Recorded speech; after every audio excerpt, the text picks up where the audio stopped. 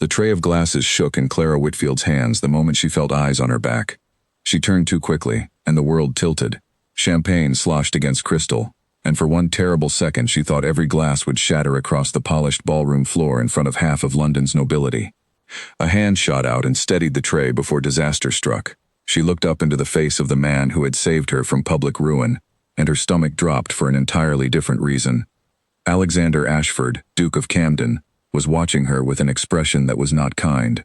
"Careful," he said, his voice low and edged with something close to amusement. "A companion who cannot carry a tray is hardly worth her wages." Clara felt her face burn. She was used to being invisible in rooms like this, a shadow trailing behind Lady Henrietta Camden, the Dowager Duchess she served. She was not used to being noticed, and certainly not used to being mocked by the most powerful man in the room. "Thank you for your concern, Your Grace," she said, straightening her spine. "I assure you the glasses were never truly in danger." Something flickered in his cold gray eyes. Surprise, perhaps. Most people did not answer him with anything but a bow and a blush. "Bold words for someone still trembling," he said. "I am not trembling," she lied, and turned to walk away before he could see that her hands, in fact, still were. She had taken no more than 4 steps when her slipper caught the hem of her own gown. The ballroom floor, freshly polished for the evening's festivities, offered no grip at all. Clara felt herself falling, felt the tray leave her hands, felt the terrible certainty that she was about to become the evening's greatest scandal. Then an arm caught her around the waist, firm and sure, and pulled her upright before she ever touched the ground. The tray was not so fortunate. It clattered to the floor, and every head in the ballroom turned toward the sound. Clara found herself pressed against the chest of the Duke of Camden, his arms still wrapped around her, his heart beat unexpectedly fast beneath her ear. For a moment neither of them moved. The music seemed to fade into the background, and the entire room seemed to hold its breath. "I told you to be careful," he murmured, so quietly only she could hear it. She pushed back from him, cheeks flaming, and dropped into a hurried curtsy. "Forgive me, Your Grace. I am terribly sorry."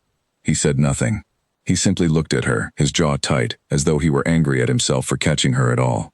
By the time Clara managed to escape to the edge of the room, the whispers had already begun. She caught fragments of them as she passed groups of ladies fanning themselves behind gloved hands. "Did you see how he held her?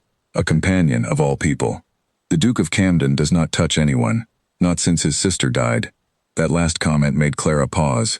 She had heard rumors about the Duke's sister, Eleanor, who had died 3 years ago under circumstances nobody spoke of openly. She had never imagined the rumors were true enough to explain why a man so wealthy, so admired, kept himself so entirely alone.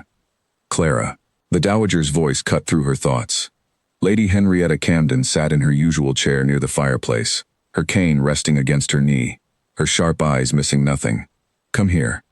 Clara crossed the room and knelt beside the old woman's chair. "My lady, I am so sorry for the commotion. I lost my footing." "Commotion," Henrietta repeated, and to Clara's surprise, the corner of her mouth twitched upward. "My grandson has not touched a woman in public in 3 years, and you call it a commotion. It was an accident." "Of course it was." Henrietta's eyes drifted across the room to where Alexander now stood near the terrace doors, refusing a glass of wine from a footman with a curt shake of his head. "He looked terrified, child. Did you see that? Terrified." Clara had not stayed close enough to see his face after he let her go. She only remembered the sound of his heartbeat and the coldness that had returned to his eyes the instant he stepped back. "I am sure it meant nothing, my lady." "Perhaps," Henrietta said, though she did not sound convinced. "Help me to the carriage. I find I am tired of this ball already." As Clara guided the Dowager through the crowd, she felt the weight of a stare on her shoulders. She glanced back once and found Alexander watching her from across the room, his expression unreadable, his hands clasped tightly behind his back as though he did not trust them to remain still otherwise. She looked away first. She told herself it did not matter what a duke thought of her. She was a companion, nothing more, and companions who allowed themselves to be noticed by dukes rarely came to any good end. But that night, lying awake in her small room at the edge of the Camden townhouse, she could not stop thinking about the warmth of his arm around her waist, or the way his voice had cracked, just slightly, when he told her to be careful. She did not know yet that the warning had not been about the tray at all. 3 days later, a letter arrived at the townhouse, sealed with the Camden crest. Clara delivered it to Lady Henrietta without a second thought, assuming it was estate business. But the Dowager's face changed as she read it, and she looked up at Clara with an expression Clara could not quite place. "It seems," Henrietta said slowly, that my grandson has requested a companion be sent to Camden Hall while I recover from my ailments. He specifically requested you." Clara's heart stumbled in her chest. "Me, my lady? Surely there has been some mistake." "There is no mistake." Henrietta folded the letter and set it aside, though the faint smile had not left her lips. "Pack your things, child. It seems the Duke of Camden has taken an interest in you after all, whether he wishes to admit it or not." Clara stood frozen in the center of the room, torn between dread and something else entirely, something she refused to name. She thought of his cold eyes, his sharp words, the way he had called her careless only to catch her when she fell. She did not know what waited for her at Camden Hall, but she suspected, with a strange and unwelcome certainty, that her quiet life as an invisible companion was about to end. Her closest friend, Margaret Bellamy, arrived that same afternoon to help her pack, and she could not stop grinning as she folded Clara's few gowns into a worn traveling case.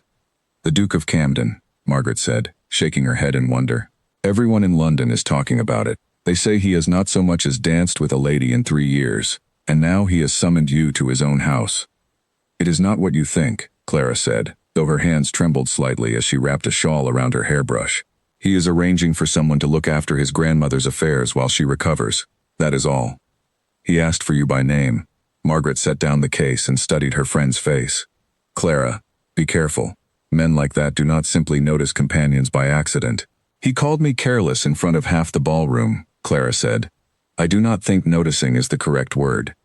But even as she said it, she remembered the warmth of his arm, the sound of his heart beating too fast beneath his fine coat, and she wondered if Margaret was right to worry. The following morning, a carriage bearing the Camden crest arrived outside the townhouse before the sun had fully risen. Clara said her farewells to Lady Henrietta, who gripped her hand with more strength than a woman of her years should have possessed. "Watch yourself with him," Henrietta said quietly. "My grandson has built walls around his heart that no one has managed to climb since Eleanor died. If you find a way past them, you may discover things he has never shown another living soul, but you may also find yourself hurt in ways you cannot yet imagine."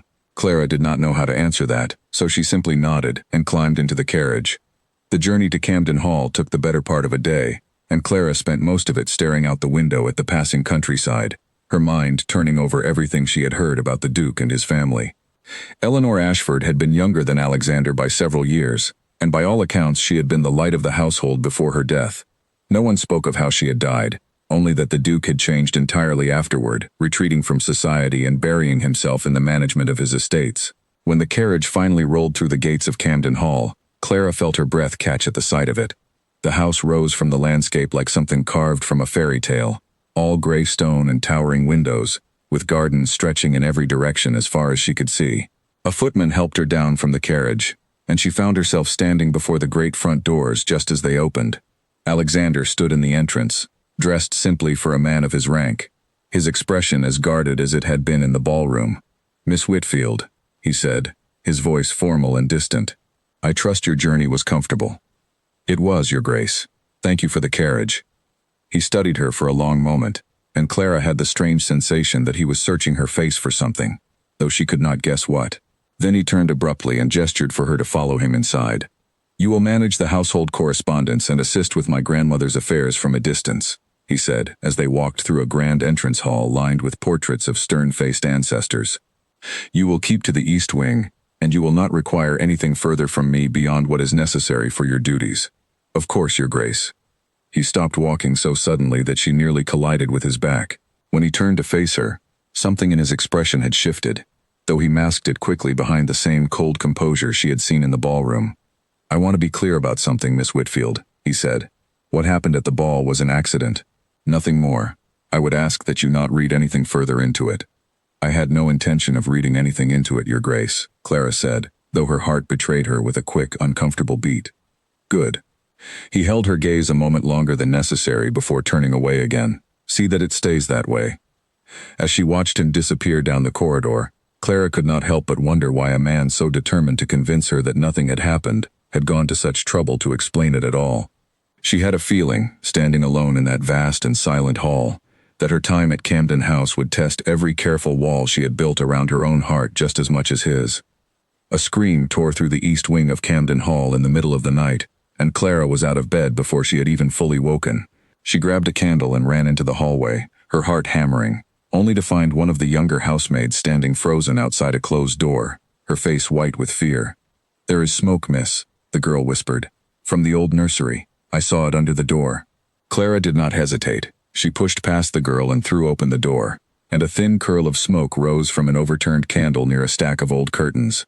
She grabbed a nearby water pitcher and doused the small flame before it could spread, her hands shaking with the effort of staying calm. By the time the danger had passed, half the household staff had gathered in the corridor, and Alexander arrived last, his coat thrown hastily over his nightclothes, his hair disheveled in a way Clara had never seen. "What happened?" he demanded, his eyes sweeping the room until they landed on her. "A candle was left burning too close to the curtains," Clara said, still breathing hard. "It is out now. No one was hurt." He crossed the room in 3 quick strides and took her hands in his, turning them over as though searching for burns.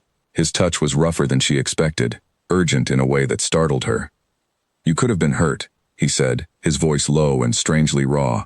"You should have called for someone. You should not have gone in there alone." "There was no time, Your Grace." His jaw tightened, and for a moment he looked as though he wanted to say something more. Instead, he released her hands abruptly and stepped back, and the coldness returned to his face like a door closing. "See that the room is properly aired and the curtains removed," he said to the housekeeper, Mrs. Whitmore, who had just arrived, "and see that Miss Whitfield is given something for the shock." He left without another word, but Clara noticed his hands were not quite steady as he walked away. The following morning, Clara found herself summoned to the Duke's study for the first time since her arrival. She had spent the past week managing correspondence from the edges of the household, careful to keep her distance exactly as he had instructed. But now his note requested her presence directly, and she felt an unwelcome flutter of nerves as she knocked on the heavy oak door. "Enter." Alexander sat behind a wide desk covered in papers, his sleeves rolled up, a ledger open before him. He did not look up immediately, and Clara took the opportunity to study the room. Unlike the rest of the house, which was grand and formal, his study felt lived in, cluttered with books and maps and the small evidence of a man who worked far harder than his title required. "You wish to see me, Your Grace." "Sit." He gestured to the chair across from his desk, without lifting his eyes from the ledger. "My grandmother's steward has fallen behind on the estate accounts, and I understand you have a talent for numbers. I managed the household budget for Lady Henrietta for 2 years, Your Grace. Then you will find no difficulty here." He finally looked up, and something in his expression softened slightly at the sight of her, though he seemed to catch himself and straighten immediately. "I would ask that you review these figures and report any discrepancies to me directly." Clara took the ledger he offered and began to work, and for the better part of an hour, silence settled comfortably between them, broken only by the scratch of pens and the occasional question about a particular entry. She found, to her surprise, that she did not mind the quiet at all. There was something steadying about sitting across from him while he worked, something that made the vast and lonely house feel smaller. "You are frowning," Alexander said suddenly, without looking up. "There is an error here," she said, turning the ledger to show him. "The steward has recorded the tenant payments twice for the month of March." He leaned forward to examine the page, and his shoulder brushed against hers as he did. Neither of them moved away immediately. "You have a sharp eye, Miss Whitfield. I have had practice noticing when something does not add up correctly." He glanced at her sideways, and for the first time since she had arrived at Camden Hall, something that might have been a real smile tugged at the corner of his mouth. "I imagine you have had a great deal of practice keeping careful watch over things that are not your own, Lady Henrietta's household, now mine." "Someone must," Clara said. "It seems the men in charge are often too busy to notice the small details." "Careful," he said, echoing the very word he had used at the ball, though this time his voice held no mockery at all. "I might begin to think you enjoy correcting me. Only when you are wrong, Your Grace." He laughed then, a short, surprised sound, as though the noise had escaped him before he could stop it. Clara watched the way his entire face changed when he laughed, the coldness melting away into something warmer, something almost boyish, and she felt her own chest tighten in response. The moment was broken by a sharp knock at the door. A footman entered and announced the arrival of Lady Beatrice Everton, who had come to call unexpectedly and was waiting in the drawing room. Alexander's smile vanished instantly, replaced by the careful mask Clara had grown used to seeing. "Tell Lady Everton I will join her shortly," he said, and the footman bowed and left. Clara rose from her chair, gathering the ledger and her papers, sensing that her time in the study had come to an end. But as she reached the door, Alexander's voice stopped her. "Miss Whitfield." She turned back. He was watching her with an expression she could not quite read, something caught between longing and restraint. "Thank you," he said, "for last night, and for this morning. I do not often find company that does not bore me within the first quarter hour. I am glad to be of use, Your Grace." "That is not quite what I said." His eyes held hers a moment longer, and Clara felt her pulse quicken under the weight of his gaze.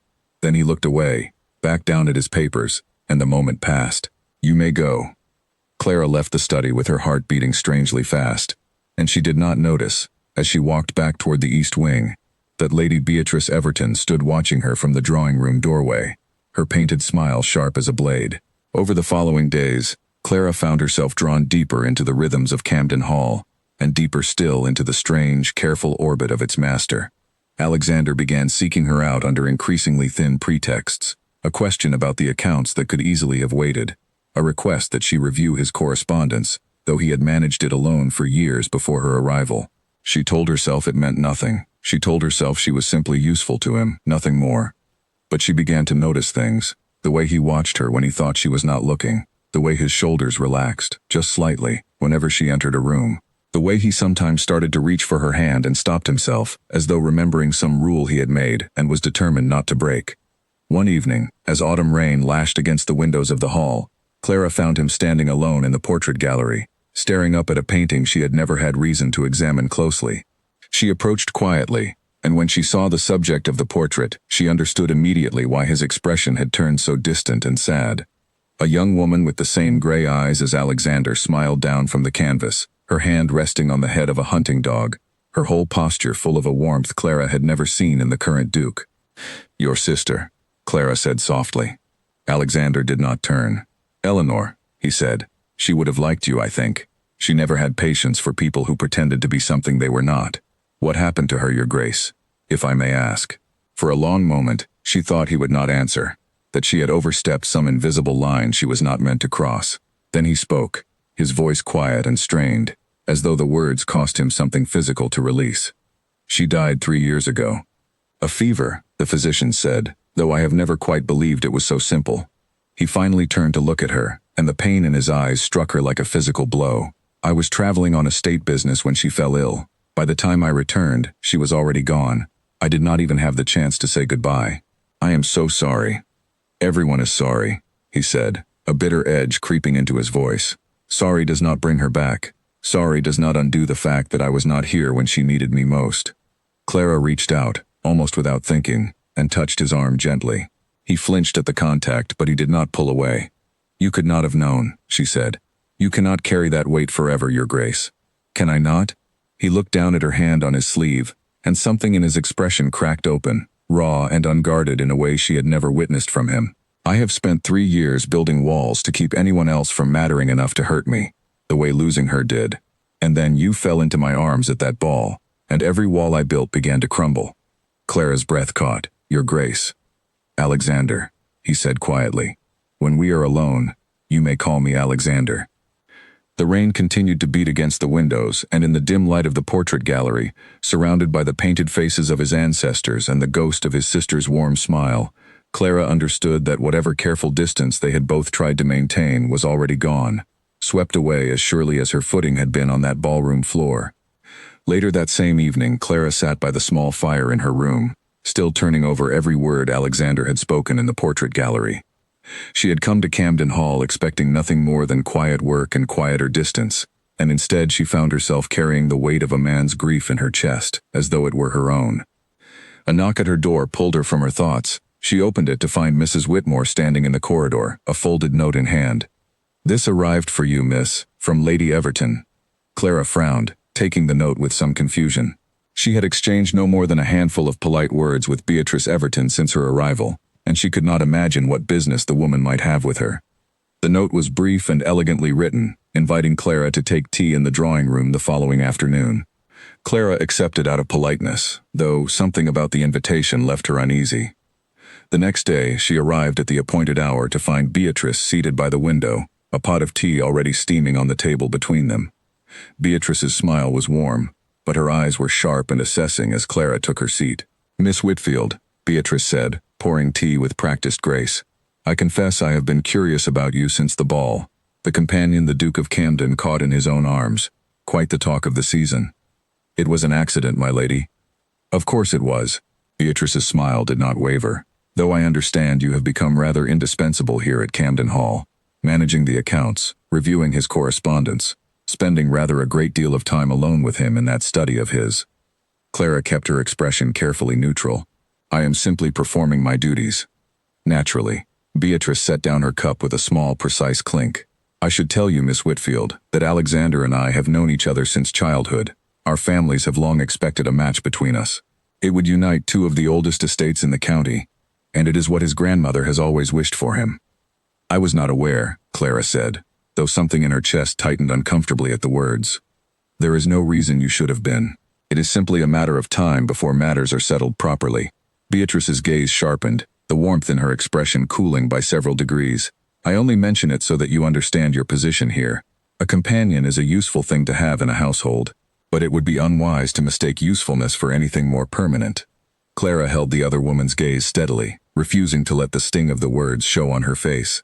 "I understand my position perfectly well, my lady. I have never mistaken it for anything else." "Good." Beatrice smiled again, though it did not reach her eyes. "I would hate to see you disappointed." The conversation moved to safer topics after that, weather and fashion and the upcoming autumn assembly. But Clara left the drawing room with a hollow feeling in her chest that she could not quite shake. She told herself Beatrice's words meant nothing, that whatever understanding existed between the families was not the same as an actual engagement. But doubt, once planted, proved difficult to uproot. She did not see Alexander again until supper, and when she did, she found herself watching him with new and uncomfortable questions in her mind. Did he intend to marry Beatrice Everton after all? Was every warm look he had given her in the portrait gallery simply a moment of weakness, soon to be forgotten once duty reasserted itself? He seemed to notice her distraction almost immediately. "You are quiet tonight, Miss Whitfield." "I am simply tired, Your Grace." He studied her for a long moment, clearly unconvinced, but he did not press the matter further.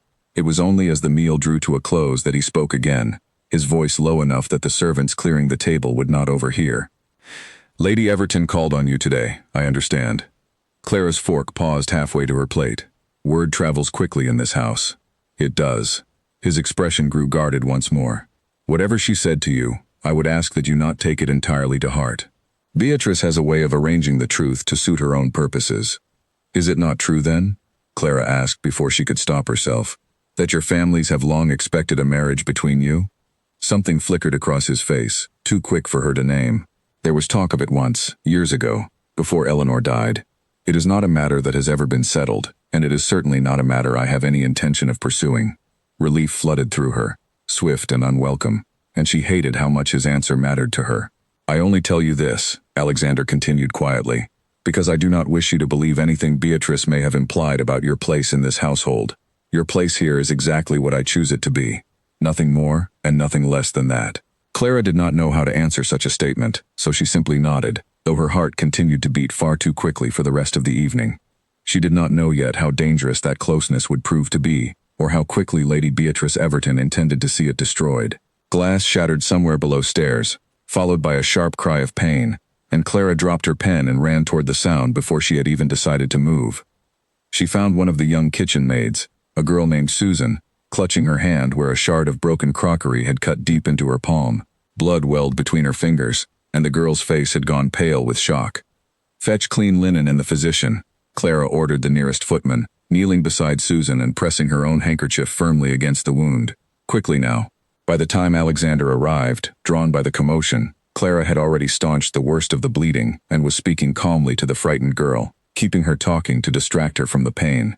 He stood in the doorway for a moment, watching her work with a strange expression on his face, something between admiration and something deeper still. "You are remarkably calm in a crisis, Miss Whitfield," he said once the physician had arrived and taken over Susan's care. "Someone must be," Clara said, wiping her bloodied hands on a fresh cloth. "Panic rarely helps anyone." "No," he agreed quietly. "It rarely does." That evening, as the household settled after the excitement of the afternoon, Alexander found Clara in the library, curled into a window seat with a book she had barely managed to read 3 pages of.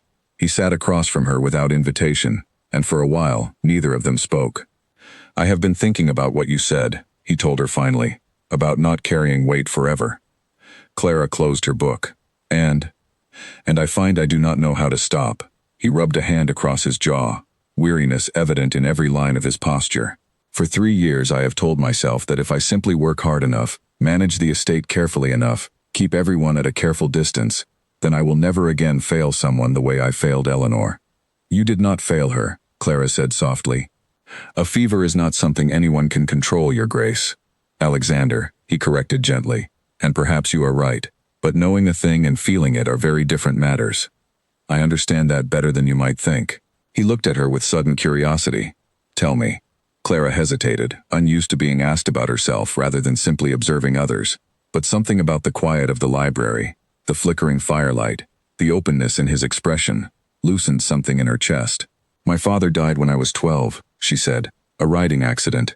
My mother never recovered from the grief of it, and I spent the following years caring for her, rather than the other way around. When she passed as well, I had nothing left but the skills I had learned keeping our small household running. It is why I became a companion. It was the only work suited to a woman who knew how to manage a home but had no home left of her own. I am sorry, Alexander said, echoing the words he had rejected so bitterly when she had said them to him. Everyone is sorry, Clara said, a small, sad smile tugging at her lips. Sorry does not undo it, but it does help, sometimes, to know that someone understands. Their eyes met across the small distance between them, and something passed between them that neither seemed willing to name aloud. Alexander reached out slowly, giving her every opportunity to pull away, and brushed a stray curl of hair from her face. His fingers lingered against her cheek, warm and gentle in a way that made her breath catch. Clara, he said quietly, using her given name for the first time. Your Grace, we should not.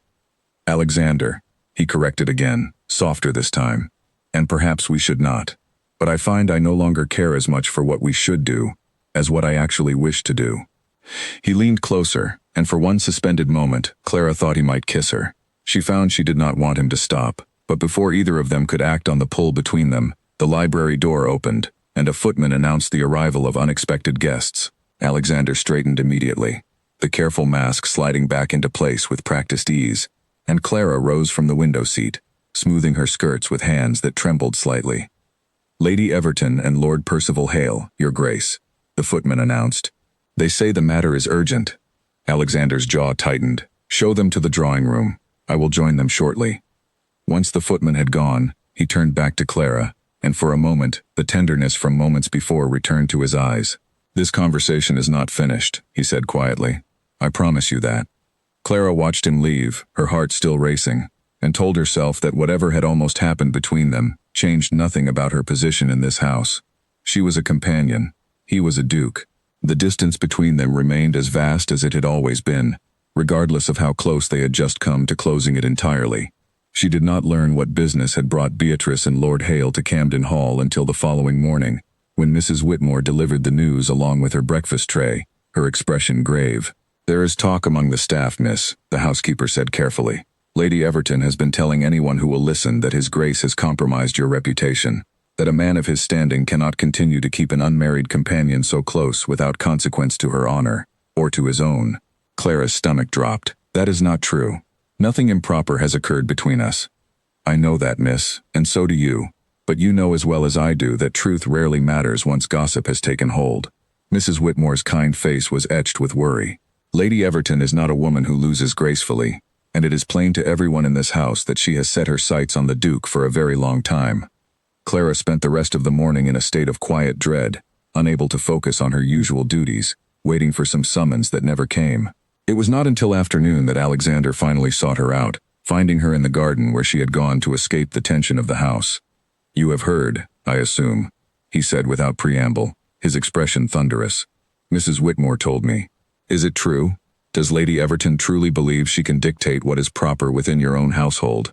She believes she can dictate a great many things, Alexander said bitterly. She has always assumed that our family's old understanding gives her some claim over my decisions. I intend to make it very clear to her that it does not. And what of my reputation? Clara asked, unable to keep the worry from her voice. If word spreads that I have compromised myself in your household, I will find it difficult to secure another position anywhere in England. Alexander's expression softened, though the anger in his eyes remained. I will not allow that to happen. You have my word, Clara. Whatever comes of this, I will ensure your reputation remains untouched. How can you promise such a thing? Gossip does not care for promises, Your Grace. Alexander, he corrected once more, though there was little humor in it this time. He stepped closer, taking her hands in his despite the risk of being seen from the house. I have spent 3 years hiding from every possibility of caring for someone, terrified that losing them would break me the way losing Eleanor did. But watching you tend to Susan's wound yesterday, listening to you speak of your own losses last night, I find I would rather risk that breaking than continue living as though nothing and no one matters. Clara's breath caught in her throat. Alexander, let me finish. His grip on her hands tightened, gentle but insistent. I do not know what Beatrice hopes to accomplish with her gossip, but I will not let it drive you from this house, or from my life. Whatever happens, whatever anyone chooses to believe, know that my feelings for you are entirely my own, and entirely real. Before Clara could respond, the sound of footsteps on the garden path made them both step apart quickly. Beatrice Everton stood at the edge of the garden, her expression carefully composed, though her eyes held a sharpness that sent a chill down Clara's spine. Alexander, Beatrice said smoothly. I did not realize you were occupied. I only came to say my farewells before returning to town. Beatrice, his voice had gone cold and formal once more. I trust you have said everything you came to say. Everything and more, I should think. Beatrice's gaze slid to Clara, lingering with unmistakable contempt. I do hope Miss Whitfield understands the position she has placed herself in. Society is not always forgiving of companions who forget their place. Miss Whitfield has done nothing wrong, Alexander said sharply, and I would ask that you refrain from spreading rumors that could damage her reputation without cause. Without cause? Beatrice laughed, a brittle, humorless sound. Alexander, half the county already believes you have taken a mistress under your own grandmother's roof. I have said nothing that was not already whispered before I arrived. Then you have done nothing to stop it either, Alexander said. Good day, Beatrice. She held his gaze for a long moment, something calculating flickering behind her eyes, before she finally turned and walked away without another word. But Clara noticed as she watched the other woman disappear back toward the house, the small, satisfied curve of her lips, and she understood with sudden clarity that whatever Beatrice Everton had come to accomplish, she had only just begun. That night, unable to sleep, Clara wandered down to the library once more, drawn by the memory of the conversation they had shared there the previous evening. She found the room empty, the fire burned down to embers, and she sat alone in the darkness for a long while, turning over everything that had happened since her arrival at Camden Hall. She thought of Alexander's confession in the garden, the warmth of his hands around hers, the raw honesty in his voice when he spoke of his feelings. She thought of Beatrice's cold threats, and the very real danger that gossip posed to a woman with no family, no fortune, and no protection beyond a duke's uncertain promises. She did not hear the study door open behind her until Alexander's voice broke the silence. I thought I might find you here. She turned to find him standing in the doorway, still dressed, though the hour was late, his expression troubled. I could not sleep, she admitted. Nor could I.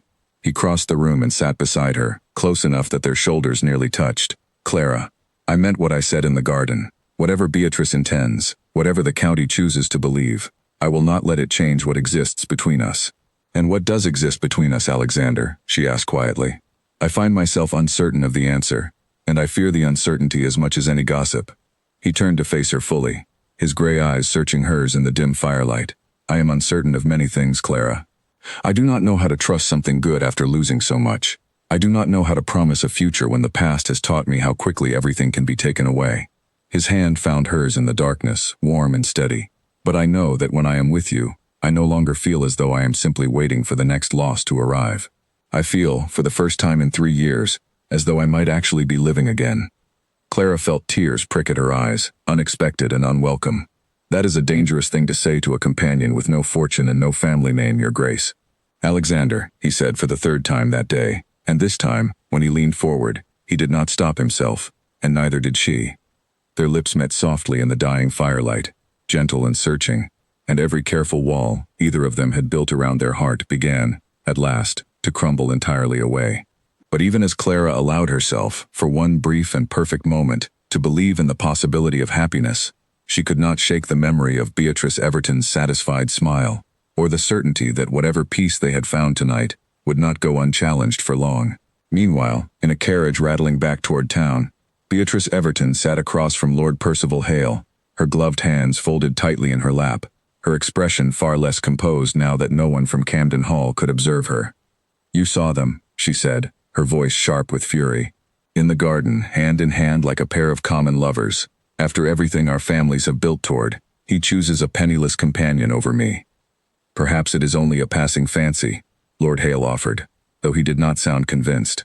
The Duke has always been difficult to predict since his sister's death. It is not a passing fancy. I know Alexander well enough to recognize the difference. Beatrice's eyes narrowed, calculating. I will not lose everything I have worked toward because of some companion who fell into his arms at a ball. There must be something we can use. Some weakness. What did you have in mind? Beatrice was quiet for a long moment, staring out the carriage window at the darkening countryside. Every companion has a past, Percival. A woman with no family and no fortune does not simply appear from nowhere. Find out everything you can about Miss Clara Whitfield. Where she came from. What became of her parents. Whether there is anything in her history that would not survive close scrutiny by polite society. And if there is nothing to find? Beatrice's smile turned cold and sharp as a blade in the moonlight. Then we will simply have to ensure that something is believed, whether it is true or not. Alexander has spent 3 years guarding his reputation as carefully as his grief. He will not risk it for a companion, whatever tender feelings he imagines he has for her. I only need to make certain the cost of loving her becomes too high for him to bear. The carriage rolled on into the night, carrying with it the first quiet threads of a plan that would soon threaten everything Clara and Alexander had only just begun to build. Back at Camden Hall, unaware of the danger gathering against her, Clara woke the following morning with the memory of Alexander's kiss still warm on her lips. She dressed slowly, savoring the strange new lightness in her chest, and made her way down to breakfast expecting to find him waiting, as he so often did now. Instead, she found Lady Henrietta Camden seated at the breakfast table, having arrived unannounced from town the previous evening while Clara slept. "My lady," Clara said, startled, "I did not know you had arrived. Late last night, child, long after you and my grandson had apparently retired." Henrietta's sharp eyes studied Clara's face with knowing amusement. "You are glowing this morning. I wonder what could possibly account for it." Clara felt heat rush to her cheeks. "I am simply well rested, my lady." "Of course you are." Henrietta gestured for Clara to sit, and poured her a cup of tea with steady hands. "I have heard whispers already this morning, from the servants who could not resist sharing news of my arrival. It seems Beatrice Everton paid a visit yesterday, and left in rather a temper." "There was a disagreement," Clara admitted carefully. "Lady Everton believes certain rumors have begun circulating about my position in this household. Rumors that are entirely her own creation, I would wager." Henrietta's expression grew serious. "Listen to me, Clara. I have watched my grandson grieve his sister for 3 long years, watched him build a fortress around himself so thick that I feared he would never let another living soul inside it again. Whatever has happened between you these past weeks has done more to bring him back to himself than anything I have managed to accomplish in all that time. I do not wish to cause him difficulty, my lady, if my presence here threatens his standing." "His standing?" Henrietta waved a dismissive hand. "Alexander is a duke, child. His standing can withstand a great deal more than idle gossip from a jealous woman who has spent years assuming a marriage that was never actually promised to her. What he cannot withstand, I think, is losing another person he has come to care for." Before Clara could respond, Alexander himself entered the breakfast room, pausing in surprise at the sight of his grandmother. "Grandmother, I did not expect you so soon." "Clearly not," Henrietta said dryly, "given the hour you apparently kept last night." She rose from her chair with the aid of her cane, patting Clara's shoulder as she passed. "I will leave you two to your breakfast. And Alexander, do try not to let Beatrice Everton's wounded pride cost you something far more valuable than her good opinion." Once his grandmother had gone, Alexander took the seat beside Clara rather than across from her, close enough that his knee brushed hers beneath the table. "Good morning," he said softly, and the warmth in his voice made her forget for a moment every worry that had plagued her since Beatrice's visit the day before. "Good morning, Alexander." "I meant everything I said last night," he told her quietly, "in case you woke this morning uncertain of it in the light of day." "I did wonder," she admitted, "whether it was the darkness and the firelight speaking, rather than truth." "It was truth, Clara. It has been truth for longer than I have been willing to admit, even to myself." He reached for her hand beneath the table, his fingers lacing through hers. "Whatever Beatrice attempts, whatever the county chooses to whisper, I intend to make my intentions toward you known plainly and publicly, when the proper time comes." Clara's heart swelled with a hope she barely dared to trust, even as some quiet, cautious part of her remained braced for the storm she sensed was still gathering on the horizon. A folded paper slipped beneath Clara's door in the dead of night, and she nearly missed it entirely until her slipper caught the edge of it the following morning. She unfolded it with trembling hands, recognizing the elegant, slanted handwriting immediately. It was from Beatrice Everton, and it contained only a handful of words. "Meet me in the garden at noon, alone, if you value the Duke's reputation as much as your own." Clara stared at the note for a long moment, dread pooling in her stomach. She considered showing it to Alexander, but something in the wording made her hesitate. If Beatrice truly held some threat over their heads, perhaps it was better to learn its nature quietly, rather than risk a confrontation that might make matters worse. She arrived at the garden at the appointed hour, to find Beatrice waiting beneath the same tree where Alexander had confessed his feelings only days before. The irony was not lost on her. "Miss Whitfield," Beatrice said, her voice pleasant in a way that did nothing to soften the coldness in her eyes. "How prompt of you." "You said this concerned the Duke's reputation," Clara said, keeping her voice steady despite the unease coiling in her chest. "I would ask you to explain yourself plainly." "Very well." Beatrice reached into her reticule and withdrew a small stack of letters, tied with a faded ribbon.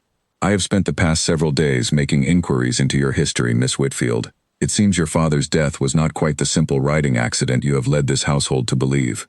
Clara's blood went cold. "I do not know what you mean." "Do you not?" Beatrice's smile sharpened. "My inquiries turned up an old acquaintance of your father's, a man who remembered rather vividly that your father died deeply in debt, having gambled away nearly everything the family possessed before his accident. Some even whispered it was no accident at all, but a man too ashamed to face his own ruin."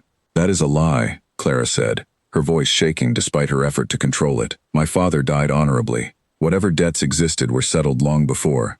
"Were they?" Beatrice cut in smoothly. "I have letters here, Miss Whitfield, suggesting otherwise. Letters that, if made public, would paint your family in a rather unflattering light. A companion with a father who died by his own hand rather than face his creditors is hardly a suitable match for a duke, wouldn't you agree?" Clara's hands curled into fists at her sides. "Whatever you believe you have found, it changes nothing about who I am, or what has passed between myself and his grace. Perhaps not to you, but Alexander has spent 3 years guarding his family's reputation with the same fierce determination he guards his grief. Do you truly believe he would risk further scandal, further whispers about the Camden name, for a companion with such a history attached to her?" "He would believe the truth over your fabrications," Clara said, though a seed of doubt had already taken root, despite her best efforts to resist it. "Would he?" Beatrice's eyes glittered with something close to triumph. "I do not intend to find out through gentle persuasion, Miss Whitfield. I intend to see these letters reach every drawing room in London within the week, unless you remove yourself from Camden Hall before then. Quietly, without explanation. Let Alexander believe you simply grew tired of the position and moved on. You would ruin an innocent man's happiness out of nothing but wounded pride. I would protect a family I have loved since childhood from a scandal it does not deserve," Beatrice said coldly. "Believe what you wish of my motives, Miss Whitfield, but know that I will not hesitate to use these letters if you force my hand." Clara left the garden in a daze, Beatrice's threat echoing in her ears with every step. She spent the remainder of the day in a fog of dread, unable to focus on her duties, unable to meet Alexander's eyes when he sought her out that evening, sensing something had changed. "Clara, what is wrong?" he asked. Concern etched across his face as he found her staring blankly out a window in the library. "You have barely spoken a word since this morning." "It is nothing," she lied. "I am simply tired." He did not believe her. She could see it in the way his brow furrowed, but he did not press the matter, and she was grateful for the reprieve, however temporary it proved to be. 2 days later, disaster arrived at Camden Hall's autumn garden party, an event Lady Henrietta had insisted upon hosting to celebrate her recovery and, quietly, to give the county something new to whisper about besides old rumors. The gardens were filled with guests when Beatrice made her move, arriving with a small cluster of society's most notorious gossips at her side, her expression a mask of false concern that fooled no one who knew her well. "Miss Whitfield," Beatrice called loudly enough for half the gathering to hear, "I do hope you will forgive me for mentioning it publicly, but I feel it my duty to ensure the Duke understands exactly who he has welcomed into his household." Clara's stomach dropped as every head within earshot turned toward them. Alexander appeared at her side almost instantly, his expression darkening as he took in the scene unfolding before him. "Beatrice, whatever you intend to say, I would suggest you reconsider," he warned, his voice low with barely restrained anger. "I only wish to share a small piece of history," Beatrice continued, ignoring him entirely, her voice carrying clearly across the garden. It seems Miss Whitfield's father did not die in a simple riding accident, as she has allowed everyone to believe. He died deeply in debt, having gambled away his family's entire fortune. Some say it was no accident at all.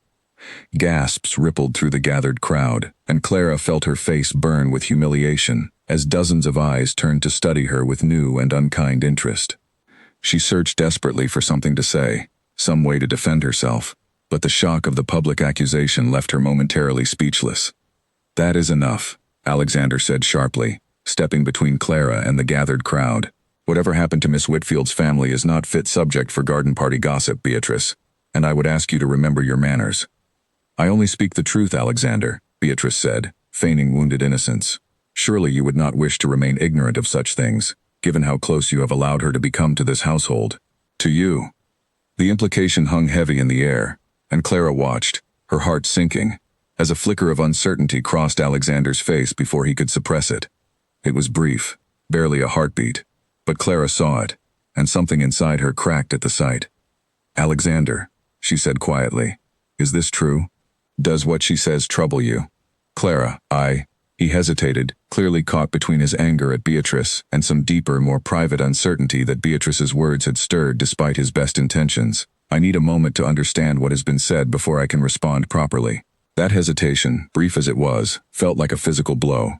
Clara had expected him to defend her instantly, completely, without a single moment's doubt.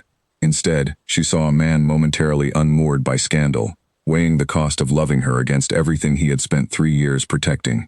"I see," she said quietly, and before he could stop her, she turned and walked swiftly from the garden, ignoring the whispers that followed her every step, ignoring Alexander's voice calling her name behind her. She did not stop walking until she reached her room, where she sank onto the edge of her bed and allowed the tears she had been holding back all afternoon to finally fall. She had known, coming to Camden Hall, that the distance between a duke and a companion was vast and nearly impossible to bridge. She had simply allowed herself to hope, foolishly, that Alexander's feelings might prove strong enough to close that distance regardless. Now she understood how quickly hope could crumble beneath the weight of scandal and doubt. By evening, her decision had settled into something cold and certain. She could not remain at Camden Hall, not after the humiliation of the garden party, not with the uncertainty she had seen in Alexander's eyes still fresh in her memory. She began packing her small trunk with quick, efficient movements, determined to leave before dawn, before he could find some way to convince her to stay when staying might cost him everything he had built. A soft knock came at her door as she folded the last of her gowns. She opened it to find Mrs. Whitmore standing in the corridor, her kind face creased with worry. "You are leaving," the housekeeper said, not quite a question. "I must," Clara said. "It is better this way, for everyone. His Grace has been asking after you all evening. He turned Lady Everton out of the house not an hour past, told her in front of half the remaining guests that she was no longer welcome at Camden Hall under any circumstance." Clara paused, her hands stilling over her trunk. "He did that?" "He did, but you know His Grace, miss. He does not wear his heart plainly, even when it is breaking. I do not think his hesitation in the garden meant what you believe it meant." "It meant enough," Clara said quietly, resuming her packing. "I saw the doubt in his eyes, Mrs. Whitmore, even if only for a moment. I cannot build a life on a foundation that cracks the first time scandal comes calling." Mrs. Whitmore studied her for a long moment, sadness evident in her expression, before she finally nodded and stepped back. "I will have a carriage readied for first light, then, if that is truly your wish." "Thank you," Clara said, though the words felt hollow even as she spoke them. Long after Mrs. Whitmore had gone, Clara sat by her window, watching the darkness settle over the gardens where, only days before, she had believed herself falling in love with a man brave enough to love her in return. Now she understood that even the bravest hearts could falter when tested, and she was no longer certain she had the strength to stay and find out whether Alexander's heart would falter again. By the time the first gray light of dawn touched the horizon, her trunk stood packed and ready by the door, and Clara Whitfield prepared to leave Camden Hall, and everything she had begun to hope for within its walls, behind her forever. Earlier that same evening, after Clara had fled the garden party, Alexander had stood frozen for a long moment, the weight of what had just happened settling over him like a physical thing. He turned to find Beatrice watching him with a satisfied expression that made his blood run cold. "You have gone too far," he said, his voice dangerously quiet. "I have only told the truth," Beatrice replied, though a flicker of uncertainty crossed her face at the fury she saw building in his eyes. "The truth was never yours to tell, and certainly not in such a manner, in front of half the county, designed purely to humiliate a woman who has done nothing to deserve it." He stepped closer, his voice rising enough that the guests nearest them fell silent, straining to hear. "I do not know what history you dug up, or how much of it is even accurate, but I know this. Whatever happened to Clara's father, whatever burden she has carried alone since she was a girl of 12, it does not diminish her character in the slightest. If anything, it only proves how much strength it took for her to build the life she has built regardless. Alexander, be reasonable. Think of your family's name, your grandmother's legacy." "My grandmother," he cut in sharply, "has told me more than once that she has never seen me more myself than these past weeks, with Clara beside me. I will not apologize for that, and I will not allow you to use my family's name as a weapon against a woman whose only offense was catching my attention when I least expected it." He drew a breath, steadying himself before delivering the words that would echo through the county's drawing rooms for weeks afterward. "You are no longer welcome at Camden Hall, Beatrice. Not tonight, and not in the future. I would ask that you leave immediately." Gasps rippled through the remaining guests at the public dismissal, and Beatrice's face flushed with humiliation and fury in equal measure. She opened her mouth as though to argue further, then seemed to think better of it, gathering what remained of her composure before turning sharply and departing the garden without another word. Alexander stood alone amid the scattered guests, his chest heaving with the aftermath of his anger, and it was only then that the full weight of what had happened settled over him. He had defended Clara publicly, decisively, without hesitation. But he remembered, with a sinking feeling, the brief moment of shock that must have shown on his face when Beatrice first spoke, the instant before his anger overtook him, when the sudden revelation had genuinely startled him. He searched the remaining crowd for Clara, but she was nowhere to be found, and dread began to pool in his stomach as he realized she must have witnessed that single unguarded moment of hesitation, however briefly it had lasted. He spent the remainder of the evening attempting to salvage what he could of the gathering, offering quiet reassurances to guests who lingered, ensuring the scandal did not spread further than it already had. But his mind remained fixed entirely on Clara, on the stricken look that had crossed her face before she fled, and he resolved to find her the moment his duties as host allowed it. By the time he finally made his way to the east wing, however, her door remained firmly closed, and a maid informed him gently that Miss Whitfield had asked not to be disturbed for the remainder of the evening. He stood outside her door for a long moment, his hand raised as though to knock, before finally lowering it and retreating to his own study, where he sat alone late into the night, turning over every word of the confrontation, wondering how he might undo the damage Beatrice's cruelty had wrought. He did not yet know that within hours, Clara would be gone from Camden Hall entirely, carrying with her every hope he had only just begun to allow himself to feel. Wheels crunched against gravel outside Clara's window before the sun had fully risen, and she knew, with a sick lurch in her stomach, that her carriage had arrived far too early. She pulled her cloak tight around her shoulders and carried her trunk to the door herself, unwilling to wake any of the staff who had shown her such kindness during her weeks at Camden Hall. The house lay silent and dim around her as she made her way toward the entrance, every familiar corridor now heavy with memories she was determined to leave behind. She had nearly reached the front doors when a voice stopped her cold. "Going somewhere, Miss Whitfield?" Clara turned to find Mrs. Whitmore standing in the shadows of the hallway, a lantern in hand, her expression unreadable in the dim light. "I did not wish to wake anyone," Clara said quietly. "I thought it best to leave quietly. His Grace will not see it that way, I think." "His Grace has other matters to attend to," Clara said, though her voice wavered slightly on the words. "Please, Mrs. Whitmore, let me go without further complication." The older woman studied her for a long moment, sympathy evident in every line of her weathered face, before she finally stepped aside and allowed Clara to pass. "Safe travels, miss. For whatever it is worth, I do not believe his hesitation last night meant what you believe it did." Clara said nothing more, unable to trust her voice, and climbed into the waiting carriage before her resolve could weaken any further. As the vehicle pulled away from Camden Hall, she allowed herself one final glance back at the great gray house rising against the pale morning sky, and told herself firmly that she would not look back again. Alexander woke less than an hour later to the sound of urgent knocking at his study door, where he had finally fallen into a fitful sleep slumped over his desk. He found Mrs. Whitmore waiting in the corridor, her expression grave. "Your Grace, Miss Whitfield has gone. She left before dawn, by carriage, bound for London." The words struck him like a physical blow, and he was on his feet before he had fully processed what she had said. "Gone? Why did no one wake me?" "She asked us not to disturb the household, Your Grace." I am sorry. I did not feel it was my place to stop her, though I confess I wished I had tried harder. Alexander ran a hand through his disheveled hair, his mind racing through every possible way to undo what had happened. How long ago did she leave? Perhaps an hour now, Your Grace. She took the main road toward London. He was already moving, shouting for his horse to be readied, pulling on his riding coat with hands that shook with urgency he had not felt in 3 long years. As he descended the front steps of Camden Hall, he found his grandmother waiting near the stables, leaning heavily on her cane, her expression sharp despite the early hour. You intend to chase after her, Henrietta said, not quite a question. I intend to bring her back, Alexander corrected, swinging up onto his horse with practiced ease. Whatever doubt Beatrice managed to plant in her mind, I will not allow it to cost me the one person who has made me feel alive again in 3 years. Then go, Alexander.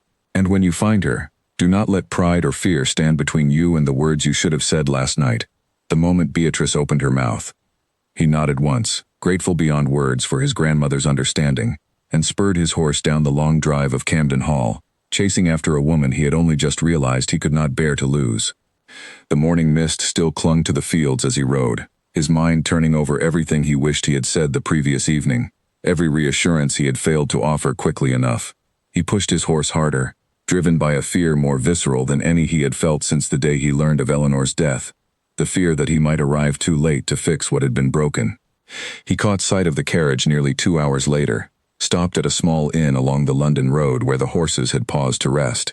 He dismounted before his own horse had fully stopped, striding into the inn's small courtyard with single-minded purpose. He found Clara seated alone at a table near the window, her hands wrapped around a cup of tea she had not touched, her expression distant and tired. She looked up as he entered, and shock flickered across her face at the sight of him, wind-blown and desperate, clearly having ridden hard to catch her. Alexander, what are you doing here?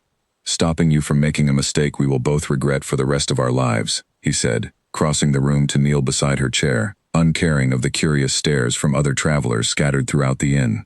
Clara, I am sorry. I am so sorry for the hesitation you saw in the garden. It was not doubt in you, I swear it. It was shock. Pure and simple, at hearing something about your past that you had never shared with me, and fear that I had somehow failed to earn enough of your trust for you to tell me yourself. Alexander, please, you do not need to explain yourself to a companion who has already caused enough scandal for your household. You are not simply a companion, he said fiercely, taking her hands in his despite her attempt to pull away. You have not been simply a companion to me since the moment I caught you falling in that ballroom, though it has taken me far too long to admit it plainly. I turned Beatrice out of Camden Hall the moment you fled the garden. I told her, in front of every remaining guest, that I would not allow her to use my family's name as a weapon against you. Clara's breath caught. You did that? I did, and I have spent every hour since searching for the words to make you understand that whatever hesitation you witnessed meant nothing beside the certainty I feel now, chasing you down this road like a madman because I could not bear the thought of losing you the way I lost Eleanor. His voice cracked slightly on his sister's name, and Clara saw, for the first time, tears gathering in his eyes. I have spent 3 years terrified of caring for anyone, deeply enough that losing them would break me entirely. I built walls so high I convinced myself nothing could ever breach them again. And then you fell into my arms, quite literally, and every wall I built began crumbling before I even understood what was happening. Beatrice's letters, Clara said quietly. What she said about my father. It is not entirely false, Alexander. He did leave debts behind. I have spent years ashamed of that truth, terrified of what people would think if they learned of it. I do not care about your father's debts, Alexander said firmly.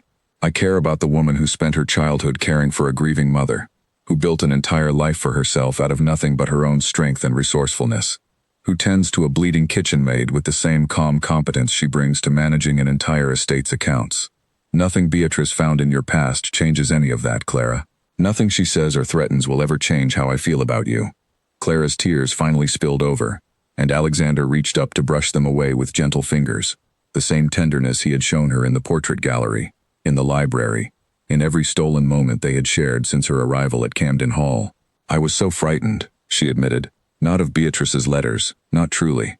I was frightened that the moment real difficulty arrived, you would choose your reputation over me, the way everyone in my life has eventually chosen something over staying. I choose you, Alexander said simply, without hesitation this time. I choose you, Clara Whitfield, entirely and completely. regardless of what scandal follows, regardless of what anyone in society chooses to whisper. I rode 2 hours down this road to tell you that, and I intend to keep telling you, for as long as you will allow me the privilege." Before Clara could respond, the sound of another carriage arriving in the inn's courtyard drew both their attention. Through the window, Clara watched with growing dread as Beatrice Everton herself stepped down from the vehicle, accompanied by Lord Percival Hale, her expression sharp and determined as she strode toward the inn's entrance. "She followed us," Clara whispered. Alexander's expression darkened with fresh anger as he rose to his feet, positioning himself protectively beside Clara's chair. "Then it seems this conversation will happen publicly after all, whether Beatrice intends it or not." Beatrice swept into the inn moments later, her eyes narrowing at the sight of them together, clearly having hoped to find Clara alone and vulnerable. "Alexander," Beatrice said, feigning surprise poorly, "I did not expect to find you here. I had hoped to speak with Miss Whitfield privately, to ensure she understood the wisdom of a swift and quiet departure.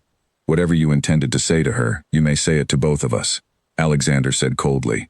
"I am finished allowing you to manipulate matters that do not concern you, Beatrice." "Do not concern me?" Beatrice's composure cracked slightly, genuine hurt flashing across her face before hardening back into anger. "I have known you since we were children, Alexander. I watched you grieve your sister, watched you close yourself off from the entire world for 3 years. I only wished to protect what remained of your family's standing from further scandal." "You wished to secure a marriage you believed was owed to you," Alexander corrected firmly. "And when it became clear I had no intention of offering it, you chose to weaponize a grieving woman's private history, rather than accept that my heart has never belonged to you. Not truly, not even before Clara arrived." Beatrice's face went pale, the truth of his words clearly landing harder than she had anticipated. For a long moment she said nothing at all, her carefully constructed composure finally, entirely abandoning her. "I loved you," she said quietly, so quietly that only Alexander and Clara could hear it. "I have loved you since we were children, and I watched you disappear into your grief, and I told myself that if I simply waited long enough, patiently enough, you would eventually see me the way I have always seen you." "I am sorry, Beatrice," Alexander said, and his voice had gentled slightly despite everything that had passed between them. "I never meant to give you false hope, but I cannot offer you a heart that has never truly been mine to give, not in the way you deserve it offered." Beatrice's eyes glistened with unshed tears, and for the first time since Clara had met her, she looked entirely human, stripped of every calculated cruelty, simply a woman confronting the painful end of a hope she had carried for years. She said nothing more, simply turned and left the inn without another word, Lord Hale following silently behind her, and Clara felt, despite everything the woman had put her through, a small measure of unexpected sympathy for her. Once she had gone, Alexander turned back to Clara, kneeling once more beside her chair, taking her hands in his with renewed determination. "Come home, Clara. Come back to Camden Hall with me, not as my companion, but as the woman I intend to spend the rest of my life proving myself worthy of." Clara looked into his eyes, searching for any trace of the hesitation she had feared, and found none at all, only steady, unwavering certainty. "Yes," she said softly. "Yes, Alexander. I will come home." He kissed her then, gently and thoroughly, uncaring of the small audience of curious travelers scattered throughout the inn, and Clara felt every fear that had driven her from Camden Hall finally begin to dissolve, replaced by a hope she had never quite allowed herself to feel before. As they rode back toward Camden Hall together that afternoon, Clara's trunk secured once more to the carriage, Alexander riding close beside the window so he could watch her the entire journey, she allowed herself to believe, for the first time since her father's death so many years ago, that perhaps happiness was not something reserved only for other people, but something she, too, might finally be permitted to keep. They arrived back at Camden Hall as the afternoon sun slanted long and golden across the gardens, and Lady Henrietta was waiting on the front steps before the carriage had even come to a full stop, her cane forgotten at her side, as she hurried forward with a speed that belied her years. "You found her," Henrietta said, relief evident in every line of her face as Alexander helped Clara down from the carriage. "I found her," Alexander confirmed, keeping Clara's hand firmly clasped in his own. "And I do not intend to let her out of my sight again anytime soon." Henrietta's sharp eyes moved between the two of them, taking in their joined hands, the softness in her grandson's expression that she had not seen since long before Eleanor's death, and her own eyes grew suspiciously bright. "Well," she said, clearing her throat and reaching for her cane once more with brisk efficiency, clearly unwilling to let sentiment overwhelm her entirely. "It seems there is a great deal to discuss. Come inside, both of you," before the entire household exhausts itself with worry. Over the following days, word of Beatrice Everton's departure from the county spread quickly, along with quieter, kinder rumors of what had truly transpired at the inn along the London road. Whether Mrs. Whitmore had shared the tale with the staff, who in turn shared it more broadly, or whether Lord Hale himself had grown tired of Beatrice's schemes and let the truth slip in confidence, Clara never learned for certain. But within a fortnight, the story circulating through the county's drawing rooms had shifted entirely, painting Clara not as a scandalous companion who had overstepped her position, but as a woman of quiet strength who had won a grieving duke's heart through nothing more than honesty and genuine affection. Alexander made his intentions known plainly to anyone who would listen, escorting Clara openly to church each Sunday, seating her beside him at every meal regardless of who might be present to witness it, and speaking of her with an unguarded warmth that surprised everyone who had known him during his years of careful isolation. "You have changed him," Henrietta told Clara one afternoon, as they sat together in the drawing room while Alexander attended to estate business. "I have watched that boy grieve his sister for 3 years, watched him convince himself that loving anyone deeply again would only invite further pain. I confess I had nearly given up hope of seeing him truly happy again." "He has changed me as well, my lady," Clara admitted. "I spent so many years believing that keeping myself small and unnoticed was the safest way to move through the world. He has taught me that hiding myself away is not the same as being safe. It is simply another kind of loss." "Wise words, child. I only hope he intends to make his affections official before the entire county begins speculating on when, precisely, given how plainly he parades you about these days." Clara laughed at that, a genuine, unguarded sound that had become easier and more frequent with each passing day at Camden Hall. "I believe he is waiting for the proper moment, my lady, though I confess I have grown rather impatient myself." "Then perhaps," Henrietta said, a knowing glint in her eye, "you ought to attend the autumn assembly next week with rather more anticipation than usual." Clara did not press the dowager further, though the comment lingered in her mind for days afterward. A small, hopeful seed she dared not examine too closely for fear of being disappointed. She threw herself instead into the quiet rhythms of her new life at Camden Hall, no longer burdened by the careful distance she had once maintained, no longer uncertain of her place within its walls. Alexander, for his part, spent that same week closeted frequently with his steward and, curiously, with the local jeweler who made several discreet visits to Camden Hall under the pretense of estate business. Clara noticed his distraction, the small, secretive smile that occasionally crossed his face when he thought she was not watching, but she said nothing, content to let whatever surprise he was planning unfold in its own time. She thought often, in those quiet days, of how far she had traveled since the night Alexander first caught her falling in that crowded ballroom, mocking her clumsiness only moments before proving, without meaning to, that he would always be there to catch her when she stumbled. She thought of Eleanor's portrait in the gallery, of the grief that had shaped Alexander so profoundly, and she found herself hoping, with quiet certainty, that wherever his sister's spirit now rested, she might approve of the woman who had finally begun to heal her brother's broken heart. The autumn assembly approached with a strange, electric anticipation that Clara could not quite name, and as she dressed for the evening in a new gown Alexander had insisted upon commissioning for her, she found her hands trembling with something that felt remarkably similar to the nervousness she had carried into that very first ballroom weeks before, though this time, the trembling carried far more hope than dread. Candles blazed along every wall of the assembly hall, and the moment Clara stepped through the doors on Alexander's arm, she felt the weight of 100 curious eyes settle upon her at once. She had expected whispers, had braced herself for the same cold judgment she had faced at the garden party weeks before. Instead, she found something entirely different waiting in the gathered crowd.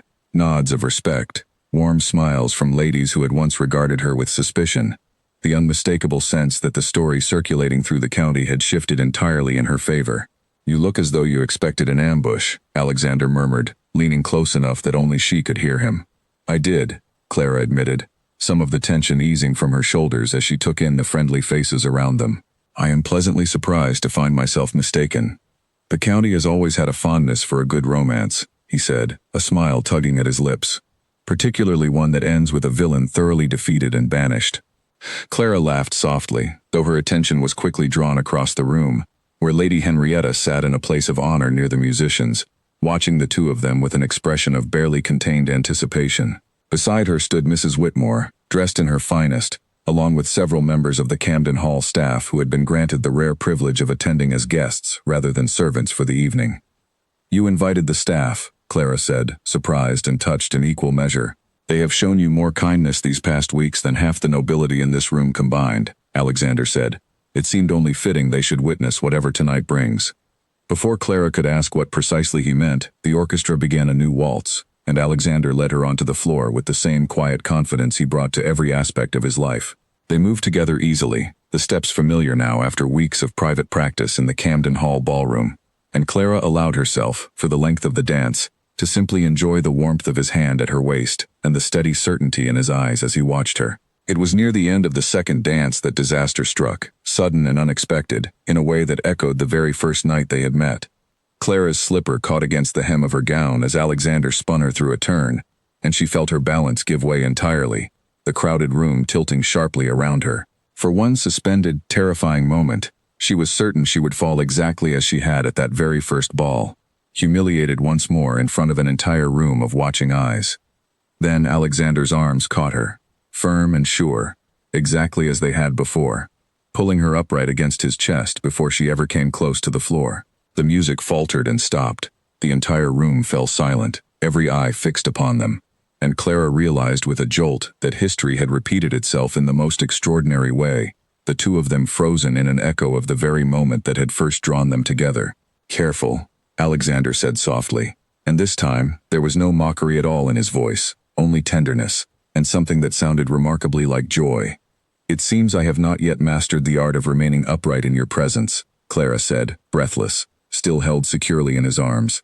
"Then perhaps," he said, loudly enough now for the entire room to hear, "you should simply allow me to catch you for the rest of your life, so that you never need worry about falling alone again." A murmur rippled through the assembly hall as Alexander released her waist and, to Clara's astonishment, lowered himself onto one knee before her, right there in the middle of the crowded dance floor, drawing a small velvet box from his coat pocket, with hands that trembled only slightly. "Clara Whitfield," he said, his voice carrying clearly through the hushed hall, "I have spent 3 years believing that loving anyone deeply again would only invite further loss, that the safest way to honor my sister's memory was to close myself off from the possibility of happiness entirely. Then you fell into my arms at a ball not unlike this one, and every careful wall I had built began to crumble, piece by piece, until I found myself standing here tonight, utterly and completely unable to imagine my life without you in it." Tears sprang to Clara's eyes as he opened the box, revealing a delicate ring set with a single sapphire that matched, almost precisely, the deep blue of the gown he had commissioned for her. "I do not care what scandal follows, what gossip circulates, or what anyone in this room believes about the difference between a duke and a companion," Alexander continued. "I only know that you have taught me how to live again, how to trust again, how to love, without fear of what that love might cost me. Clara, will you do me the very great honor of becoming my wife?" The entire assembly hall held its breath, waiting, and Clara looked down at the man kneeling before her, the same man who had mocked her clumsiness only weeks before, who had caught her not once but twice now, who had ridden 2 hours down a country road rather than let her walk away from what they had built together. "Yes," she said, her voice breaking with emotion as tears spilled freely down her cheeks. "Yes, Alexander, I will marry you." The assembly hall erupted into applause and delighted exclamations as Alexander rose to his feet and slid the ring onto her trembling finger, pulling her into an embrace that lifted her briefly off the ground entirely. Somewhere near the musicians, Clara caught sight of Lady Henrietta dabbing at her eyes with a lace handkerchief, no longer even attempting to hide her emotion, while Mrs. Whitmore and the rest of the Camden Hall staff cheered with unrestrained joy. "I believe," Alexander said, laughing as he set her back down on her feet, "that this is precisely the sort of commotion my grandmother predicted the very first night we met." "She did warn me you had not touched a woman publicly in 3 years, Clara said, laughing through her tears. "I do not believe either of us imagined it would end quite like this." "No," he agreed, cupping her face gently in his hands. "But I find I would not wish it to have happened any other way. Every stumble, every scandal, every fear we had to overcome together, it all led us here, to this exact moment." The orchestra began to play once more, a joyful, triumphant tune that seemed to capture the mood of the entire hall, and Alexander swept Clara back into a dance, both of them laughing now, unguarded and radiant with a happiness that neither had believed themselves capable of only weeks before.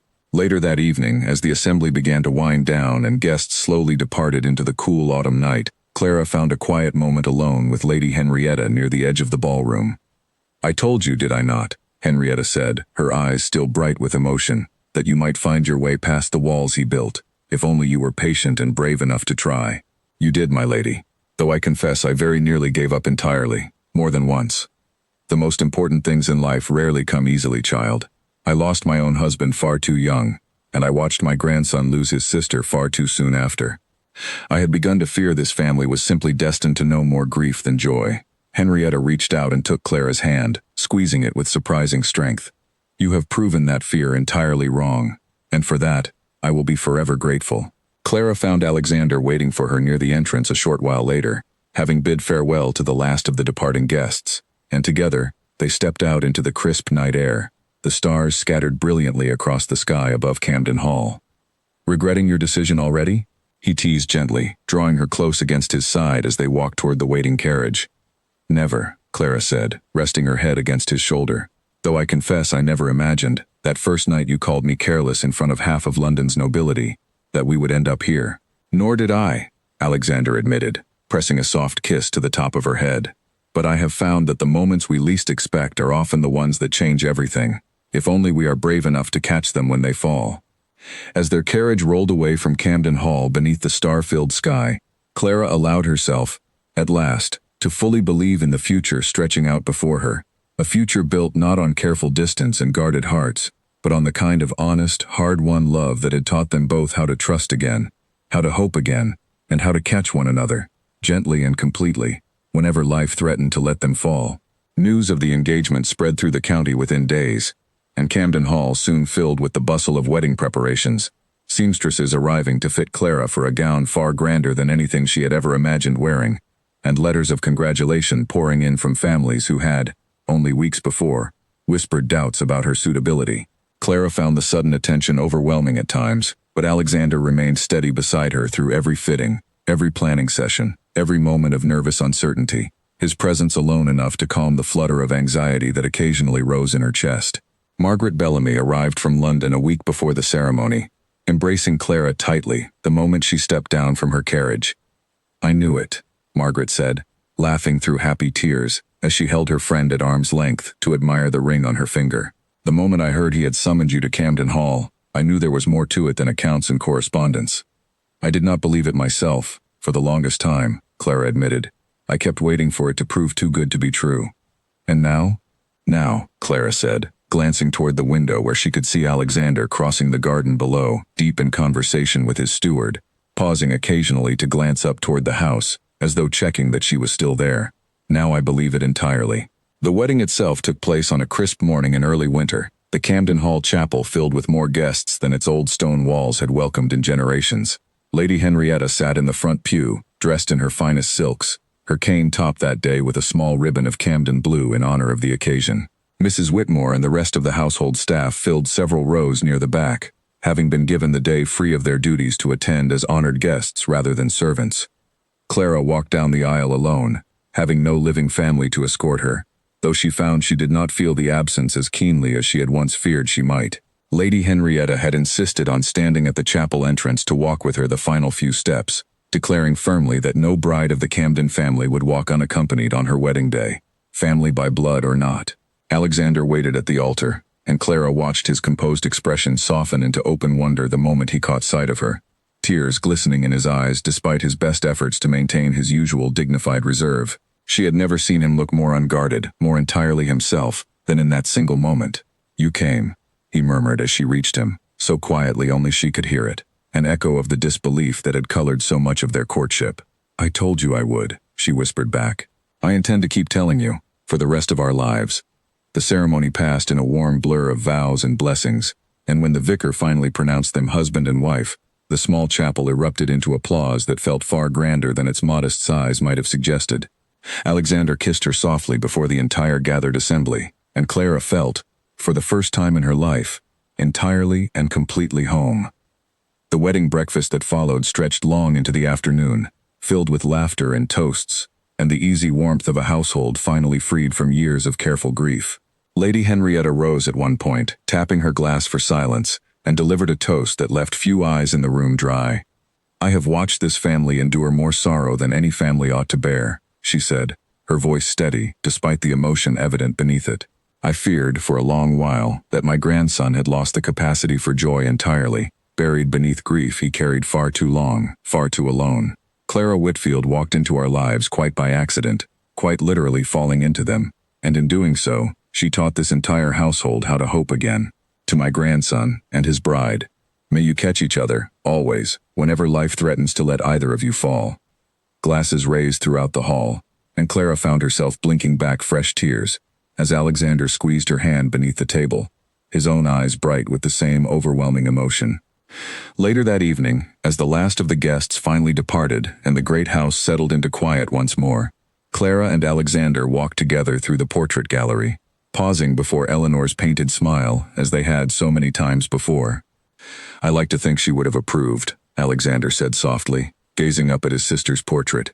"She always did have a talent for seeing through pretense, straight to whatever truth someone was trying to hide. Then perhaps she saw us coming long before either of us did," Clara said, slipping her hand into his. "Perhaps she did." He turned to look at her. The weight of grief that had once shadowed his every expression now softened into something gentler, something at peace. "Thank you, Clara, for falling into my arms that night, for refusing to let me hide behind my own fear, for teaching me that loving someone deeply does not have to mean losing myself to grief when they are gone. It can simply mean living, fully and without reservation, for as long as we are given together." Clara rose onto her toes and kissed him softly, there beneath his sister's watchful painted gaze, and felt, in that quiet, perfect moment, that every careful wall either of them had ever built had finally, completely, and joyfully come down. In the weeks that followed, Camden Hall settled into a new and gentler rhythm, one that Clara had never quite dared imagine for herself during the long, uncertain years of her girlhood. She rose each morning beside a husband who greeted her with warmth rather than the guarded distance he had once worn like armor, and she spent her days no longer as a companion managing another family's affairs, but as mistress of a household that had, against every early expectation, come to feel entirely her own. Mrs. Whitmore remained a steady and trusted presence, and Clara found herself increasingly grateful for the older woman's quiet wisdom as she learned the full weight of her new responsibilities. Lady Henrietta, though her health continued its slow decline with the passing seasons, spent her afternoons in the drawing room with Clara at her side, teaching her the finer points of managing a great estate with the same patient care she had once shown a frightened companion arriving for the very first time. Alexander, for his part, seemed a changed man to everyone who had known him before Clara's arrival. He laughed more easily, sought out his grandmother's company rather than avoiding it, and began, slowly, to speak of Eleanor not only with grief but with genuine fondness, sharing stories of their childhood together that he had kept locked away for 3 long years. One evening, as winter's first snow settled softly over the gardens of Camden Hall, Clara found her husband standing once more before Eleanor's portrait, though this time his expression held none of the old sorrow that had first drawn her to his side. "I was just telling her about the wedding," he said, glancing over at Clara with a warm, easy smile. "I think she would have liked the toast my grandmother gave. She always did enjoy a good speech." "I think," Clara said, coming to stand beside him, slipping her arm through his, "that she would have liked you far better this way, happy, unafraid to remember her with joy rather than only sorrow." "I think you may be right." He pressed a kiss to her temple, and together they stood in comfortable silence, watching the snow drift past the tall gallery windows, 2 hearts that had once guarded themselves so carefully, now open entirely to whatever the future held in store, certain only that whatever came, they would face it together, catching one another, always, whenever life threatened to let either of them fall. Hooves thundered up the drive of Camden Hall on a bright spring morning, nearly a year after the wedding, and Clara looked up from her needlework to see a rider approaching at a pace far too urgent for good news. She set down her work and hurried to the entrance hall, arriving just as Alexander emerged from his study, drawn by the same sense of alarm. The rider proved to be a messenger from a neighboring estate, breathless and travel-worn, bearing a letter sealed with an unfamiliar crest. "For His Grace," the messenger said, offering the letter with a shaking hand. "From the magistrate in town. It concerns Lord Percival Hale." Alexander broke the seal and read quickly, his expression darkening with each line. Clara watched anxiously, her hand finding his arm as she waited for him to finish. "What is it?" she asked, when he finally lowered the letter. "It seems Beatrice Everton's fortunes have taken an unfortunate turn," Alexander said slowly. "Lord Hale, in his eagerness to secure her favor even after her humiliation last autumn, made several unwise investments on her behalf. Investments that have now collapsed entirely, leaving them both facing significant debt." Clara felt a strange, complicated pang at the news, sympathy warring with the memory of everything Beatrice had once done to hurt them both. What will become of them? The magistrate writes that creditors are already circling, Alexander said. It seems Beatrice may lose her family's estate entirely within the year, unless some solution can be found. Clara studied her husband's face carefully, searching for any trace of the old bitterness that might have colored his response only a year before. She found instead only quiet consideration, the same thoughtful weighing of options he brought to every difficult decision regarding the estate. "You are thinking of helping her," Clara said, not quite a question. Alexander met her eyes, a faint, wry smile touching his lips. "I confess the thought had crossed my mind. Does that trouble you, after everything she put us through?" Clara considered the question seriously before answering. She thought of the woman she had glimpsed at the inn along the London road, stripped of her cruelty and calculation, revealed simply as someone who had loved unwisely, and grieved that loss as bitterly as Alexander had once grieved his sister. "I think," Clara said slowly, "that cruelty born of fear and heartbreak is not the same as cruelty born of malice alone. She caused real harm, and I will not pretend otherwise. But I do not think either of us wishes to become people who hold grudges so tightly they poison everything that follows. That is remarkably generous, given what she nearly cost us." "Perhaps," Clara said. "Or perhaps I simply understand better than most what it feels like to lose everything, and be forced to rebuild a life from nothing. I would not wish that particular grief on anyone, even someone who once wished it upon me." In the end, Alexander arranged quietly, through intermediaries who ensured neither Beatrice nor Lord Hale ever learned the true source of the assistance, for a portion of their debts to be settled, enough to save the Everton estate from complete ruin, though not enough to spare them entirely from the consequences of their poor decisions. Clara never learned whether Beatrice ever discovered the truth of who had saved her family from disaster, but she liked to imagine that somewhere, in whatever life Beatrice built for herself afterward, some small measure of the bitterness that had once driven her had finally begun to soften. Life at Camden Hall continued to unfold in the seasons that followed, marked by small joys that Clara had once believed entirely beyond her reach. She and Alexander hosted their first Christmas as husband and wife, with the entire household gathered in the great hall, Lady Henrietta presiding over the festivities from her favored chair near the fire, her health frail, but her spirit undimmed. Mrs. Whitmore organized the celebrations with the same steady competence she brought to every aspect of managing the household, and for the first time in longer than anyone could quite remember, Camden Hall echoed with genuine, unguarded laughter throughout the winter months. It was on a quiet morning in early summer that Clara found herself standing once more in the portrait gallery, her hand resting gently against her own stomach, a secret she had only just begun to suspect but had not yet found the courage to voice aloud. She studied Eleanor's painted smile, searching the young woman's face for some sign of the wisdom she felt certain a sister might have offered, had circumstances allowed them ever to meet. "You are thinking rather seriously this morning," Alexander said, coming to stand beside her, following her gaze up to his sister's portrait. "I am," Clara admitted, and something in her expression must have given her away, because his eyes widened slightly with dawning hope. "Clara?" She turned to face him fully, her own eyes bright with a mixture of nervousness and joy. "I believe, Alexander, that by winter, this household may find itself with a new member to welcome." For a moment, he simply stared at her, as though the words needed time to fully settle before he could trust them. Then his face broke into the widest, most unguarded smile she had ever witnessed from him, and he swept her into an embrace that lifted her briefly off her feet, laughing with a pure, uncomplicated joy that seemed to shake loose the last remaining shadows of the grief he had carried for so many years. "A child," he said, setting her back down but keeping his hands firmly on her shoulders, as though needing the physical connection to fully believe the news. "Clara, we are to have a child." "We are," she confirmed, laughing through sudden tears of her own, "though I confess I am rather terrified at the prospect." "As am I," Alexander admitted, "though I find the terror considerably outweighed by the joy of it." He glanced up once more at Eleanor's portrait, his expression softening further still. "I think she would have loved being an aunt. I think she would have spoiled the child terribly, and taught them all manner of trouble I would have spent years trying to correct. Then perhaps," Clara said gently, "we might tell them stories of her, as they grow, so that some part of her lives on in this house, beyond simply a portrait on the wall." "I would like that very much," Alexander said, his voice thick with emotion. News of the coming child spread through Camden Hall within days, and the entire household seemed to hold its breath with anticipation through the following months, Mrs. Whitmore fussing over Clara's comfort with the same maternal care she had shown from the very first night of the small kitchen fire.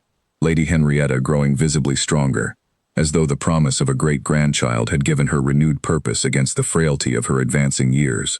The child arrived on a cold winter evening nearly identical to the night Clara had first walked through the doors of Camden Hall as a nervous, uncertain companion, though this time the household buzzed with anticipation rather than formality. Every servant and family member gathered anxiously in the great hall, awaiting news from the chamber above. When Alexander finally emerged, exhausted but radiant, cradling a small bundle wrapped carefully against the winter chill, the assembled household erupted into joyful celebration that echoed through the halls of Camden Hall long into the night. "A daughter," he announced, his voice thick with wonder as he looked down at the tiny face peering up at him. "Clara insists we name her Eleanor." Lady Henrietta, seated near the fire with tears streaming freely down her weathered face, simply nodded, too overcome to speak, while Mrs. Whitmore pressed a handkerchief to her own eyes and murmured a soft blessing over the newest member of the Camden family. Later that night, once the household had finally settled and the newborn Eleanor slept peacefully in her cradle beside their bed, Clara lay curled against Alexander's side, exhausted but profoundly content, watching the gentle rise and fall of their daughter's small chest in the dim candlelight. "Do you remember," she murmured sleepily, "the night you called me careless in that ballroom, certain I would embarrass myself before half of London?" "I remember," Alexander said, pressing a soft kiss to her forehead. "I have never been more grateful to be so entirely, wonderfully wrong about anyone." "Nor I," Clara whispered, "about the possibility of ever finding a home again." Spring returned to Camden Hall the following year, and with it came the gentle, ordinary rhythms of a family finding its footing. Clara often carried young Eleanor through the same gardens where she had once received Beatrice's cruel threats, though now the paths held nothing but warm memories, the roses blooming thick and fragrant along the very walls where Alexander had first confessed the depth of his feelings for her. Lady Henrietta, though her strength continued its slow fade with each passing season, insisted on spending her afternoons in the nursery whenever her health allowed, teaching her great-granddaughter old family songs, in a voice grown thin but no less determined than it had ever been. Clara often found the two of them together, the youngest and eldest members of the household, bound by a tenderness that seemed to bridge the years between them effortlessly. "She has your eyes," Henrietta told Clara one such afternoon, studying the baby's face with quiet fondness. "But I think, in time, she will have her father's stubbornness. Already she refuses to sleep unless someone is singing to her. A trait she comes by honestly, I think," Clara said, smiling as she watched Alexander enter the nursery, still dressed in his riding clothes, his face lighting immediately at the sight of his wife and daughter together. He crossed the room and lifted Eleanor gently from her cradle, cradling her against his shoulder with a practiced ease that still occasionally surprised Clara, given how uncertain he had claimed to feel in those first anxious weeks after her birth. "The tenants send their regards," he said, settling into the chair beside Clara's. "It seems word of Eleanor's birth has spread through every corner of the estate. Old Mr. Pratchett insists on presenting her with a lamb from his flock, though I have gently suggested she might be rather too young to properly appreciate the gift just yet." Clara laughed, leaning her head against his shoulder as he rocked their daughter gently. "Perhaps by summer she will be old enough to at least admire it from a respectful distance." They sat together in comfortable silence for a long while, watching the afternoon light shift slowly across the nursery floor, and Clara found herself thinking, not for the first time, of how entirely her life had transformed since that first terrifying, wonderful night at the ball. She had arrived at Camden Hall a companion with no family and no fortune, certain that love and belonging were luxuries reserved for other, more fortunate women. She left that old certainty behind entirely now, replaced by a life so full of warmth and purpose that she sometimes found herself simply pausing, mid-task, to marvel at how far she had traveled. That evening, after Eleanor had finally settled into peaceful sleep and the household had grown quiet around them, Clara and Alexander walked together through the portrait gallery one final time before retiring, as had become their gentle habit whenever the weight of the day called for a moment of quiet reflection. "I have been thinking," Alexander said, pausing before his sister's portrait as he so often did, "that perhaps it is time to commission a new painting for this gallery, one of you, and Eleanor, to hang alongside the others."